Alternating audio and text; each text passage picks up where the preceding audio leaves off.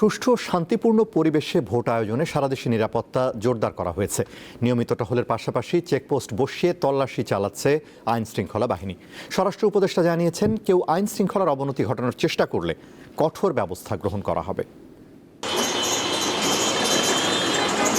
নারায়ণগঞ্জে র্যাব 11 এর সদস্যরা নিয়মিত টহলের সাথে রোবাস্ট পেট্রোল ও চেকপোস্ট বসিয়েছে।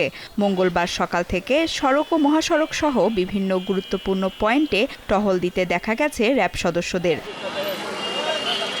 সিলেটে সার্বিক পরিস্থিতি শান্ত রয়েছে।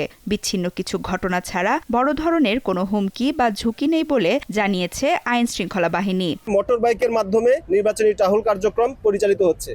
এছাড়াও আমাদের জলযান সমূহ যেমন স্পিডবোট এবং ইঞ্জিন বোটের মাধ্যমে টহল কার্যক্রম পরিচালিত হয়েছে।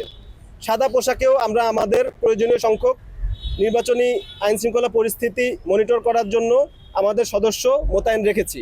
সেনা সদর জানিয়েছে, সংখ্যালঘু ও চা শ্রমিক অধ্যুষিত এলাকাগুলোতে নিয়মিত টহল ও নজরদারি বাড়ানো হয়েছে। ফরিদপুরে আইন শৃঙ্খলা বিষয়ে মতবিনিময় করেছে স্বরাষ্ট্র উপদেষ্টা জাহাঙ্গীর আলম চৌধুরী। পরে তিনি জানান, ভোটের দিন কেউ আইন শৃঙ্খলা পরিস্থিতির অবনতি ঘটানোর চেষ্টা করলে কঠোর ব্যবস্থা গ্রহণ করা হবে। অন্যান্য নির্বাচনগুলিতে যেরকম সহিংসতা হতো, এবার কিন্তু ওইরকম আল্লাহ দিলে এখন পর্যন্ত হয় নাই।